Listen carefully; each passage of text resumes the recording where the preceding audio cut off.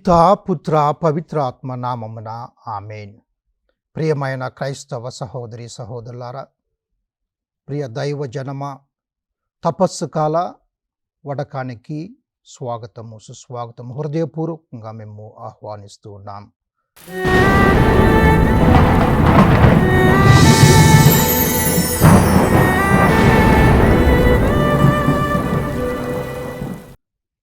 షేమా Israel, ఇజ్రాయేలులారా వినుడి, విధేయించుడి, ఆలకించుడి, ఆచరించుడి, హృదయ పరివర్తనము కలిగి ప్రభువు వైపు తట్టుడి అని ఏ విధంగా మనకు మోషే నినాదముతో ముందుకు వస్తున్నారు ద్వితీయోపదేశ కాండములో. మరొకసారి ఆ నినాదాన్ని గుర్తు చేసుకుంటూ నేటి ధ్యానాంశమైన కయీను మార్గమా హేబేలు మార్గమా అనేటువంటి అంశం మీద మనం ధ్యానించుకుందాము. ఎందుకంటే ఈ తపస్సు కాలంలో, ఈ 40 రోజుల కాలంలో ఎలాంటి మార్గమును మనం ఎన్నుకుంటూ ఉన్నాము? మంచి మార్గమును ఎన్నుకుంటూ ఉన్నామా, చెడు మార్గమును ఎన్నుకుంటూ ఉన్నామా? కయీను అనేటటువంటి వ్యక్తి పరిశుద్ధ గ్రంథంలో కయీను హేబేల్ ఇద్దరు కూడా ఆదాము హవ్వల కుమారులు. పెద్దవాడు కయీను, చిన్నవాడు హేబేలు. వీరిద్దరూ కూడా ఒకరు శాప మార్గమును ఎన్నుకుంటే మరొకరు ఆశీర్వాద మార్గం ఎన్నుకున్నారు. ఒకరు మంచి మార్గం అయితే మరొకరు చెడు మార్గము. ఒకరు శిక్షణ కలిగించేటటువంటి మార్గము, వినాశనమైనటువంటి మార్గం ఎన్నుకుంటే మరొకరు దేవుని చేత సమృద్ధిగా ఆశీర్వదింపబడేటువంటి మార్గాన్ని. ఒకరు జీవమును ఎన్నుకుంటే మరొకరు మరణాన్ని ఎంచుకున్నారు. అలాంటి ఆ సంఘటన గురించి, కయీను ఆబేలు గురించి మనం ధ్యానించడం. మొదటిగా వీరి గురించి మనకి హెబ్రీయులకు రాసినటువంటి లేఖలో 11వ అధ్యాయం 1 నుంచి 8 వచనాల్లో మనం చదువుతాము. ఏ విధంగా హేబేలు నీతిమంతుడు అని మనకు ఈ లేఖ చెప్తుంది. విశ్వాసవంతుడు, విశ్వాసమును బట్టి హేబేలు కయీను కంటే శ్రేష్టమైన బలి దేవునికి అర్పించెను. ఆ విశ్వాసమును బట్టి నీతిమంతుడని సాక్ష్యము పొందెను. అతడు మృతునందుయు ఆ విశ్వాసము ద్వారా మాటలాడుచున్నాడు. అవును, తన విశ్వాసము, తన నీతి, తన సత్క్రియల బట్టి ఈనాటికి కూడా ప్రజలందరూ కూడా హేబేలు గురించి మంచిగా మాట్లాడుతున్నారు, సాక్ష్యమిస్తూ ఉన్నాడు. తను మరణించినను ఆయన ఈ విధంగా ఆయన జీవముగా ఉన్నాడు అని మనకు హెబ్రీయులకు వ్రాసిన లేఖ మనకు తెలియజేస్తుంది. అది విశ్వాసములో, నీతిలో, సత్క్రియలలో నడుచువారు ఎన్నడూ జీవిస్తారు, వారికి మరణము లేదు అన్నటువంటి గొప్ప సత్యాన్ని కూడా మనకు ఈరోజు ఈ వాక్యం ద్వారా మనకు అర్థమవుతుంది. అదేవిధంగా మన ఇదే హెబ్రీయులకు రాసిన లేఖ ఇదే అధ్యాయంలో ఈ వచనాలు మనం చూస్తాం. కేవలం హేబేలే కాదు, మనకు హనోకు, అతడు కనుమరుగైపోయాను, అంటే ఆకాశంలోనికి దేవుడు తీసుకొని పోయిన, మరణము చూడకుండా ఆయన హనోకును ఆనాడే చూడు. మన పాత నిబంధన గ్రంథంలోనే ఎలియా ఏ విధంగా వెళ్ళిపోయారు, ఎలీషా ఏ విధంగా మోక్షానికి తీసుకొని వెళ్ళిపోయారో అదేవిధంగా హనోకు, దానికి ముందర ఆది కాండములోనే హనోకు గురించి మనం వింటూ ఉన్నాం. అతను కూడా నీతిమంతుడు, దేవునికి ఇష్టమైన వాడు. విశ్వాసం లేకుండా ఎవరూ కూడా దేవునికి ఇష్టమైనటువంటి వాడుగా కాలేడు, అసాధ్యము. దేవుని యొద్దకు వచ్చువాడు ఆయన విశ్వాసాన్ని బట్టి దేవుడు తనను దీవిస్తాడు, నీతిని బట్టి, సత్క్రియలను బట్టి దేవుడు ఆశీర్వదిస్తాడు. అదేవిధంగా మరణం చూడకుండా ఆయన స్వర్గానికి కొనిపోబడ్డాడు అని చెప్పి మనకు ఆది కాండంలో చూస్తాము. అదేవిధంగా మనకి హెబ్రీయులకు రాసిన లేఖలో మనం చదువుతున్నాము. అదేవిధంగా నోవహు విశ్వాసాన్ని బట్టి, నోహు తన యొక్క నీతిమంతుడు కాబట్టి, భయభక్తులు కలిగిన వాడు కాబట్టి తనను తాను రక్షించుకున్నాడు, తన ఇంటిని రక్షించుకున్నాడు, ఒక ఓడను సిద్ధం చేసుకున్నాడు. దేవునికి ఆ విధంగా ఆయన విశ్వాసపాత్రుడుగా తన విశ్వాసాన్ని బట్టి అతని నీతికి వారసుడు అయ్యను అని చెప్పి మనకి పరిశుద్ధ వాక్యము బోధిస్తూ ఉంది. అదేవిధంగా అబ్రహాము యొక్క విశ్వాసం చూస్తాం. అబ్రహాము పిలువబడినప్పుడు ఆయన యొక్క విశ్వాసాన్ని బట్టి, ఆ పిలుపుకు లోబడి తాను పొందబోయేటువంటి ఆ వాగ్దాన భూమికి ఎక్కడ ఏమిటటువంటి ప్రశ్నలు ఏమి అడగకుండా, దేవుని పరీక్షించకుండా విశ్వాసంతో నిరీక్షించిన దాన్ని ఆయన విశ్వసిస్తూ, అదృశ్యమైన దాన్ని, కనపడిన దాన్ని కూడా ఆయన విశ్వసిస్తూ, అదే విశ్వాసం అంటే అలాంటి విశ్వాసంతో అబ్రహాము ఏ విధంగా నీతిమంతుడయ్యా అని మనకి పరిశుద్ధ గ్రంథం బోధిస్తూ ఉంది. మనము హేబేలు గురించి ఒకసారి మనం చదివినట్లయితే ఆదికాండము 4వ అధ్యాయంలో చూసినట్లయితే, కొంతకాలమైన తరువాత కయీను పొలము పంటలో కొంత యెహోవాకు అర్పణగా ఇచ్చెను. హేబేలు కూడా తన మందలో తొలుచూలును పుట్టిన వాటిలో క్రొవ్విన వాటిని కొని తెచ్చెను. యెహోవా హేబేలుని అతని అర్పణను లక్ష్యపెట్టెను, అంగీకరించెను. కానీ కయీను అర్పణను దేవుడు తిరస్కరించెను. అర్పణలో లోపముంది, చెప్తాను ఏ విధంగాను. అదేవిధంగా మనిషి హృదయంలో లోపమున్నది, అర్పించేవాడిలో లోపముంది. కానీ ఎలాంటి లోపం లేకుండా విశ్వాసమైన, సత్క్రియమైన, నీతిమంతమైనటువంటి హృదయం కలిగినటువంటి ఆయన హేబేలు అర్పణను అంగీకరించాడు. కానీ కయీనులో కోపము, అసూయ అనేటువంటి దుర్గుణాలతో ఉన్నటువంటి కయీను అర్పణను దేవుడు అంగీకరించలేదు, తిరస్కరించాడు. మొదటిగా వారి యొక్క అర్పణలో ఉన్నటువంటి లోపాన్ని మనం చూసినట్లయితే, మొదటిగా కయీను ఇచ్చినటువంటి అర్పణ భూమి ఫలం. ఎందుకంటే కయీను మనకు పరిశుద్ధ గ్రంథం చెప్పినట్లు అతను వ్యవసాయం చేసుకునేటువంటి వ్యక్తి అన్నమాట. కానీ హేబేలు గొర్రెల కాపరి, వ్యవసాయం చేస్తున్నాడు. కాబట్టి కయీను తన పొలంలో పండినటువంటి ప్రథమ పంటని తీసుకొచ్చి దశమ భాగము దేవునికి సమర్పించాలి. ఇది మనకు పరిశుద్ధ గ్రంథంలో అనేక పర్యాయములు ఏ విధంగా పొలములో పండినటువంటి ఆ ప్రథమ ఫలాలను వారు ఫస్ట్ ఫ్రూట్స్ తీసుకువచ్చి దశమ భాగాన్ని దేవునికి సమర్పించారు. కానీ కయీను తన యొక్క ప్రథమ ఫలాలను ఇవ్వలేదు, భూమిలో పండినటువంటి వాటిలో కొంత తీసుకొచ్చాడు, దశమ భాగాన్ని ఇవ్వలేదు. కానీ అది పంట ఫలాన్ని ఇచ్చినప్పుడు. కానీ మనము బలి అర్పణగా పశువులను మనం ఇచ్చినప్పుడు ఏం చేస్తామంటే, తొలుచూలు బిడ్డను తొలుచూలుగా పుట్టినటువంటి దాన్ని, ముఖ్యంగా వాటిలో క్రొవ్విన తొలుచూలు దాన్ని తీసుకువచ్చి దేవునికి సమర్పణగా ఇవ్వాలని చెప్పి మనకు నిర్గమకాండం 34వ అధ్యాయము 19వ వచనంలో, ప్రతి తొలుచూలు పిల్లయు నాది దేవుడు అంటాడు. 50 నీ పశువులలో తొలుచూలుదైన ప్రతి మగ దూడయు కానీ గొర్రె పిల్లయు కానీ అది నాదగును. అంటే దేవునికి మనము సమర్పించాలి, అది దేవునిది అనేటువంటి సందేశాన్ని కయీను మర్చిపోయాడు. కానీ హేబేలు గుర్తుపెట్టుకున్నాడు. ద్వితీయోపదేశకాండము 12వ అధ్యాయం 6వ వచనం చదువుతాం. మీరు మీ దహన బలులను, మీ బలులను, మీ దశమ భాగములను, ప్రతిష్టములుగా మీరు చేయు నైవేద్యములను, మీ మ్రొక్కుబడి అర్పణలను, మీ సేద్యార్పణలను, పశువులలోను గొర్రెలలోను మేకలను తొలుచూలు వాటిని తీసుకొని రావలెను అని మనకు తెలియజేస్తుంది. మీరు అనుకోవచ్చు, ఏంటి తొలుచూలు అంటే? అప్పుడు జ్యేష్ఠపుత్రుడు, పెద్ద కుమారుడు చూస్తాం చూడండి. మనకి పెద్ద కుమారుని కూడా కుటుంబంలో కొన్ని హక్కులు ఉంటాయి అన్నమాట, యూద ఆచారం ప్రకారం. ఉదాహరణకు పెద్ద కుమారునికి 2 అంతల ఆస్తి రావాలంట. యూద ఇప్పుడు అలాంటి ఆచారాలు మన సమాజంలో లేవు. మనం కొట్టుకోవద్దు, అన్నదమ్ముళ్ళు మనకు 2 అంతలు పెద్దవాళ్ళకి ఇవ్వాలని చెప్పి అక్కడ ఆచారం. తనే ఆ ఇంటికి అధికారి అవుతాడు. He is the head of the family. తొలిచూలు, జ్యేష్ఠపుత్రుడు. అదేవిధంగా మనము పరిశుద్ధ గ్రంథం లూకాసు సువార్తలో మనం చూసినట్లయితే, అక్కడ మరియ క్రీస్తు జన్మ వృత్తాంతం గురించి చదివినప్పుడు, మరియ ఎవరికి జన్మనిచ్చిందంటే తన తొలుచూలు బిడ్డకు, ఫస్ట్ బార్న్, తన మొదటి బిడ్డకు. అంటే తొలుచూలు జ్యేష్ఠపుత్రుడు, కుమారుడు. అంటే మరియ తల్లికి వేరే కుమారులు ఉన్నారని కాదు. మనమంతా ప్రపంచంలో మనమంతా ఆయన యొక్క కుమార్తెలమే.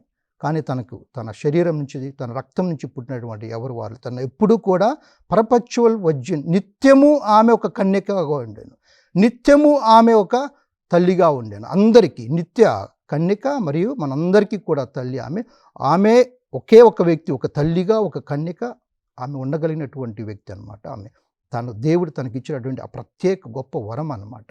కాకపోతే ఇక్కడ నేను చెప్పేదంటే, ఆ యేసు క్రీస్తు చూడండి, దాని ఫస్ట్ బార్న్ అంటే తొలిచూలు అంటే ఆయన తిరుసభకు ఆయన తల లాంటివాడు, అధికారి. ఆయన తల, మనందరం కూడా శరీరం, మనందరికీ కూడా ఆయన అధికారి, మనందరికీ పెద్ద కుమారుడు లాంటివాడు.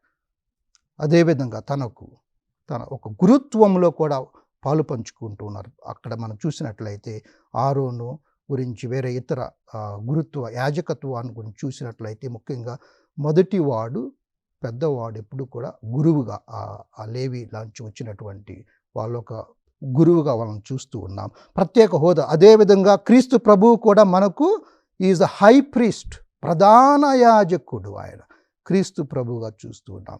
అదేవిధంగా ఈ తొలుచూలు, అది తొలుచూలుకు ఉన్నటువంటి ప్రత్యేకత. అలాంటి దాన్ని, క్రొవ్విన దానిని తీసుకువచ్చి ఇచ్చాడు కాబట్టి దేవుని విధేయించి దేవుని ఆజ్ఞ ప్రకారము నడుచుకున్నాడు కాబట్టి హేబేలు మరి క్రొవ్వినటువంటి దూడ తీసుకొచ్చాడు కాబట్టి అలాంటి అర్పణను దేవుడు అంగీకరించాడు మొదటిగా. ఆ విధంగా మనం చూసినట్లయితే హేబేలు విశ్వాసము, సత్క్రియలు, నీతిమంతుడు మనం చూస్తూ ఉన్నాము. మొదటి యోహాను 3వ అధ్యాయము 12వ వచనంలో మనం చూస్తాం. ఈ లేఖలో కూడా యోహాను రాసినటువంటి లేఖలో, మనము కయ్యూను వంటి వారమై ఉండరాదు, వాడు దుష్టుని సంబంధుడై ఈ సహోదరుని చంపెను. వాడతని ఎందుకు చంపెను? తన క్రియలు చెడ్డవియు తన సహోదరుని క్రియలు నీతి గలవని ఉండుట వలన కదే కదా ఆయన చంపాను. తనకు తెలుసు కయీను తన చెడ్డువాడు, తన తమ్ముడు హేబెలు మంచివాడు. అయినా సరే తన కోపముతోటి, అసూయతోటి, ఏ విధంగా మనం చూస్తాం కోపము, అసూయ అనేటువంటి. అందుకే మనము ప్రభు కయీనుతో అన్నాడు, కోపముతో చిన్నబోయితువేలా, మంచి పనులు చేసినతో తల ఎత్తుకొని తిరగగలవు, చెడు పని చేసినచో పాపము వచ్చి వాకిట పొంచి ఉండి నిన్ను మృంగును అని చెప్పి మనకు పరిశుద్ధ గ్రంథం మనకు బోధిస్తూ ఉంది.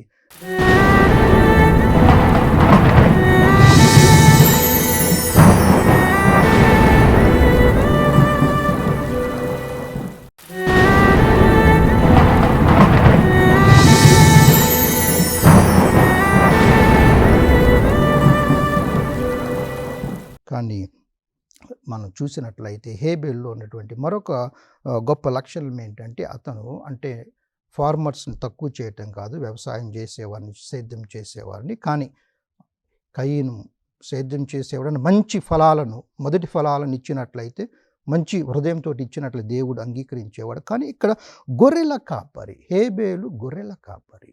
మనం చూసినట్లయితే అందుకే కయీను అంటాడు, నేను నా సహోదరునికి కాపలి వాడనా అంటే, ఇతను గొర్రెల కాపరి, గొర్రెలు కాచుకునేవాడు, కానీ నేను వ్యవసాయం చేసేవాడు, నేను ఆయనకి కాపలి వాడనని చెప్పి ఇదిగో యోహాను యావే దేవుడు అడిగినప్పుడు కయీను, ఇదిగో నీ సహోదరుడు ఎక్కడా అని అడిగినప్పుడు నేను వానికి కావలి వాడినని ప్రశ్నిస్తాడు. అంటే తన గొర్రెల కాపరి అని గుర్తు చేస్తున్నాడు మరొకసారి. కానీ గొర్రెల కాపరికి దేవుడిచ్చినటువంటి ప్రాముఖ్యత చూడండి. పరిశుద్ధ గ్రంథంలో మనం చూసినట్లయితే ఈ హీబ్రూ భాషలో గొర్రెల కాపరిని రోహ్సోన్ అంటాం. రోహ్ అనే పదానికి అర్థం ఏమంటే గొర్రెలను ప్రేమించువాడు. జోన్ అంటే గొర్రెలు, అంటే గొర్రెలను ప్రేమించువాడు, గొర్రెలకు సన్నిహితుడు, గొర్రెలకు స్నేహితుడు. అదేవిధంగా నీ పొరుగువాడిని ప్రేమించమని మన పరిశుద్ధ గ్రంథం. నీ పొరుగువాడు అనేటువంటి ఆ మాట కూడా ఇదే మూలం నుంచి వస్తుంది, ఇదే హీబ్రూ మూలం అన్నమాట. రోహ్ అనేటువంటి మూలం నుంచి వస్తుంది. అందుకే రేయాఖ అని మనం పిలుస్తూ ఉంటాం పొరుగువారిని. అంటే నీ పొరుగువారిని ప్రేమించుము. గొర్రెల కాపరి అంటే మరొక అర్థం అంటే ప్రేమించేటటువంటి వ్యక్తి. ఏ విధంగా తన గొర్రెలను ప్రేమిస్తూ ఉన్నాడు, అదేవిధంగా క్రీస్తు ప్రభువులో చూస్తున్నాం మనం. ఇదిగో మంచి గొర్రెల కాపరి, తన గొర్రెలను ప్రేమించను, తన గొర్రెల కొరకు తన ప్రాణమునిచ్చును, తన గొర్రెలను తన ముందుండి నడిపించను, గొర్రెలు అతని స్వరమును వినును, కనుక ఆ గొర్రెలు అతనిని వెంబడించును అని మన పరిశుద్ధ గ్రంథంలో మనము, నూతన గ్రంథంలో మనం, అదేవిధంగా పాత నిబంధనలో కూడా రెండిట్లో కూడా గొర్రెల కాపర్ల గురించి మనం చూస్తూ ఉన్న. అబ్రహాము ఒక గొర్రెల కాపరి, యాకోబు ఒక గొర్రెల కాపరి. 20 సంవత్సరాలు తను గొర్రెల కాపరిగా అక్కడ మిదియాన్లో అక్కడ పనిచేస్తూ ఉన్నాడు. అక్కడి నుంచి దేవుడు మరలా ఐగుప్తుకు రప్పిస్తూ ఉన్నాడు. ఆయన ఒక గొర్రెల కాపరి. దావీదు ఒక గొర్రెల కాపరి మనకు తెలుసు. అదేవిధంగా ఆమోసు అనేటువంటి ప్రవక్త కూడా ఒక గొర్రెల కాపరి అని చదువుతాము. ఈ విధంగా గొర్రెల కాపరికి ఉన్నటువంటి చూడండి, క్రీస్తు ప్రభు జన్మించగానే తన యొక్క దర్శనాన్ని మొదటిగా గొర్రెల కాపరులకు ఆయన దయచేసి, అంటే ప్రేమించే గుణము వారిలో ఎక్కువగా ఉన్నది కాబట్టి ఆ గొర్రెలకు వాటిని చూసుకొని మంచిగా caretaker, they are good caretakers. తన గొర్రెలను ఒక మంచి నాయకులుగా మనము వారిని చూస్తూ ఉన్నాం. ఇక్కడ హేబేలు కూడా మనకు అంత గొప్ప సాక్ష్యాన్ని మనకు ఇస్తూ ఉన్నాడు. చివరికి తన అన్న అయినటువంటి కయీను చేతిలో హేబేలు వేద సాక్షిగా మరణిస్తూ ఉన్నాడు.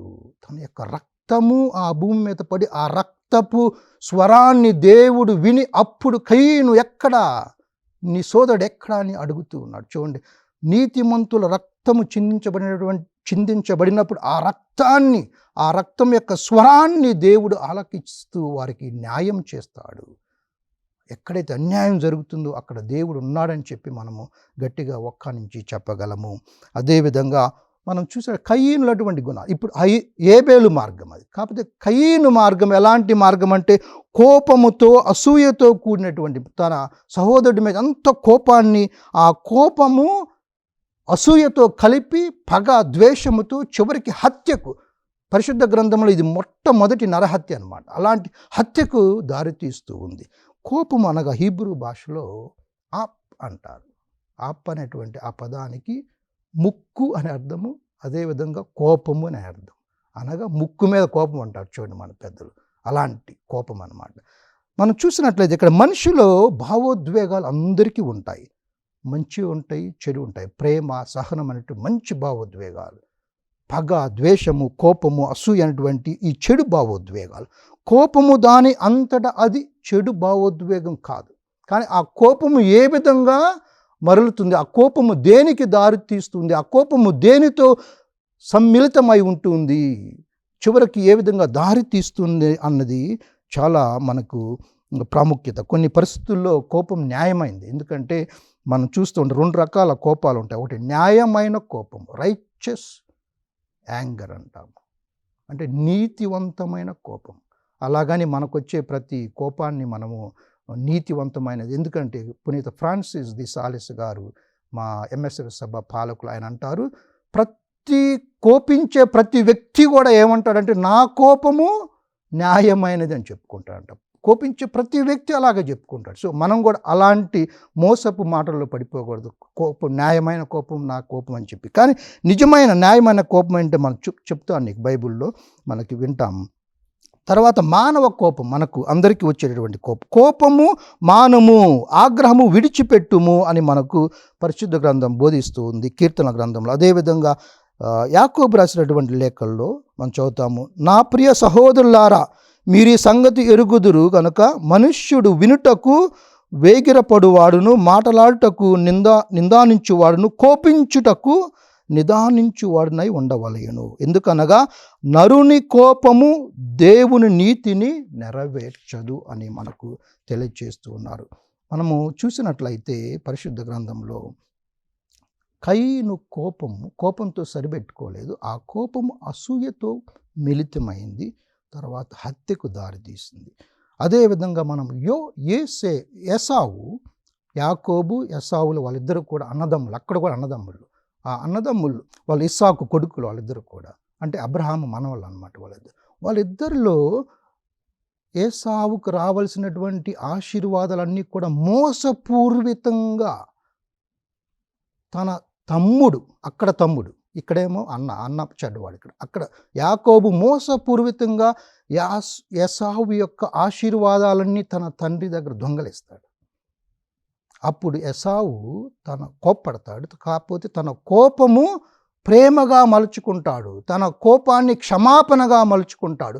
ఆ విధంగా కోపము క్షమాపణతో, ప్రేమతోటి మిళితమై చివరికి రికన్సిలియేషన్, తన తమ్ముడితోటి ఆయన ప్రేమతో కలిసిపోతాడు, ఇద్దరు ఒకటైపోతారు చివరికి. కాబట్టి కోపము దేనికి దారితీస్తున్నదా అనేది మనకి చాలా ప్రాముఖ్యత, ఇంపార్టెన్స్. కోపోద్రేకి అగువాడు కలహము రేపును, దీర్ఘశాంతుడు వివాదమును అణిచివేయును అని మనకి సామెతల గ్రంథం బోధిస్తూ ఉంది. అదేవిధంగా ఉపదేశకుల్లో మనం చూసినట్లయితే 7వ అధ్యాయం 9వ వచనంలో, ఆత్రపడి కోపపడవద్దు, బుద్ధిహీనులు అంతరింద్రియముల యందు కోపము సుఖ నివాసము చేయును అని మనకు బోధిస్తుంది. మరొకసారి మా ఫ్రాన్సిస్ ది సాలిస్ గారు, మా సభ పాలక పునీతులు, ఆయనకు కోపము హాట్ టెంపర్డ్ అంటారు ఆయన. ఆయన యవ్వనస్తుడిగా ఉన్నప్పుడు కోపం అసలు ఎలా ఉండిద్దంటే ఆయనే చెప్తారు. ఆయన కోపం ఎలా ఉండేదంటే ఒక పాత్ర మీద నీళ్లు పోసి ఆ పాత్రను కింద మంట పెడితే మంట మన్నుతూ ఉంటే ఆ విధంగా ఆ నీరు ఏ విధంగా మసిలిపోతూ ఉందో ఆయన కోపం కూడా ఆ విధంగా మసిలిపోతూ ఉండేది. అలాంటి అంత కోపము గలవాడు చివరికి ఆయన ఇప్పుడు అందరూ కూడా ఆయన చనిపోయిన తర్వాత ఇప్పుడు అందరూ కూడా ఆయన ఏమని పిలుస్తామంటే జెంటిల్ మ్యాన్ సెయింట్. దయ, కనికరము, ఓర్పు, వినయము ఏదైతే కలిగినటువంటి గొప్ప పునీతుడిగా తిరుసభలో మనము ఆయన గుర్తు చేసుకుంటూ ఉన్నాము. సో కాబట్టి మరొకటి మనం చూసినట్లయితే మంచి కోపం అనగా న్యాయపరమైనటువంటి కోపం మనం చూసినట్లయితే మన పాత నిబంధనలు అదే క్రొత్త నిబంధనలు మనం చూసినట్లయితే యేసు దేవాలయంలో ప్రవేశించి క్షయవిక్రయములు చేయి వారందరినీ వెళ్ళగొట్టి రూకలు మార్చి వారి బల్లలను గువ్వలని పీఠాలని పడద్రోసి ఏ విధంగా నా ప్రార్థనా మందిరంలో ఈ విధంగా చేయుచున్నారని చెప్పి దాన్ని పాడు చేస్తున్నారని చెప్పి క్రీస్తు ప్రభు కోపపడ్డాడు. అంటే దేవునికి ఎవరైనా వ్యతిరేకంగా దేవుని యొక్క వాక్యానికి దేవుని యొక్క ఆలయానికి దేవునికి వ్యతిరేకంగా మనం ఏదైనా చేసినప్పుడు వారి మీద మనం కోపపడ్డప్పుడు ఆ కోపము న్యాయపరమైనటువంటి కోపము, నీతివంతమైనటువంటి కోపం మనం చూస్తున్నాం. ఇక రెండవది మనం చూసినట్లయితే అసూయ హీబ్రూ భాషలో కానా అంటారు. అంటే అసూయ అనేటువంటి పదానికి కానా అనేటువంటి పదానికి అర్థము జలసి, జీల్. ఆ జలసీ అండ్ జీల్ అంటే అసూయ, అదేవిధంగా రెండవ జీల్ ఫర్ ద మిషన్స్ అన్న ప్యాషన్ అంటాం. రెండు కూడా ఒకే పదం నుంచి వస్తాయి. ఆరాటము, ప్రేమ, రోషము కూడా అది దాని నుంచి వస్తుంది. అంటే ఈ రెండు అంటే మన పట్ల దేవుని అసూయ. ఐఎమ్ ఏ జలస్ గాడ్ అంటారు ద్వితీయోపదేశకాండ. ఆయన అసూయ పడడం ఎందుకంటే మనం వేరే దేవులను కొలిచినప్పుడు వేరే వాటిని మనం కొలిచినప్పుడు ఇదిగో దేవుణ్ణి వదిలిపెట్టి దేవుని విడనాటి వేరే వాటిని వెంబడించినప్పుడు ఆయనకి మన మీద అసూయ ఉంటుందన్నమాట. అంటే అది రోషం, అది ప్రేమ, అది ప్యాషన్ అనమాట, జీల్ అనమాట మన మీద ఉన్నటువంటి అలాంటిది మంచి ప్యాషన్ కాకుండా అసూయ అనేది చూడండి మనకు కయ్యూనులో మనం చూసేది అసూయ, ఇతరులతో పోల్చుకోవడము, తోటి వారు ఎక్కువగా ఆశీర్వదింపబడాలని అసూయపడతాము. అలాంటి అసూయ మనం ఎప్పుడూ కూడా పడకూడదు అని చెప్పి మనకి రెండవ సందేశంగా మనం సామెతల గ్రంథం చూసినట్లయితే సాత్వికమైన మనస్సు శరీరమునకు జీవము, అసూయ ఎముకలకు కుళ్ళు. అంటే మన శరీరంలో అసూయ ఎవరికైనా ఉంటే మన ఎముకలన్నీ కుళ్ళిపోతాయి అంట. అది మనకు హాని చేస్తుంది. ఎంత హాని చేస్తుందో చూడండి అసూయ. అలాంటి అసూయతో మనము ఉండరాదని చెప్పి మనకు పరిశుద్ధ గ్రంథాలు బోధిస్తూ ఉన్నాయి. కాబట్టి ప్రియమైన సహోదరి సహోదరుల, మనం ఏ మార్గమును ఎంచుకుంటూ ఉన్నాము? హేబేలు మార్గమా? విశ్వాసము, సత్క్రియలు, నీతివంతుడుగా జీవించి దేవునికి ప్రీతిపాత్రమైనటువంటి అర్పణలను అర్పించేటటువంటి భయభక్తులు కలిగినటువంటి మార్గమా? జీవాన్ని ఇచ్చేటటువంటి మార్గమా? ఆశీర్వాదాన్ని ఇచ్చేటువంటి మార్గమా? లేకపోతే కయీనులాగా కోపము, అసూయ, పగ, ద్వేషం అనేటువంటి అలాంటి మార్గాన్ని ఎంచుకుంటున్నాం? ఎందుకంటే అది చివరికి మనకు శాపమును, శిక్షను, మరణమును మనకు ఇచ్చును. కాబట్టి ఎలాంటి మార్గాన్ని ఎన్నుకుంటున్నామో ఈ తపస్సు కాలంలో మనము నిర్ణయించుకుందాం. పితా, పుత్ర, పవిత్ర ఆత్మ నామమున ఆమేన్.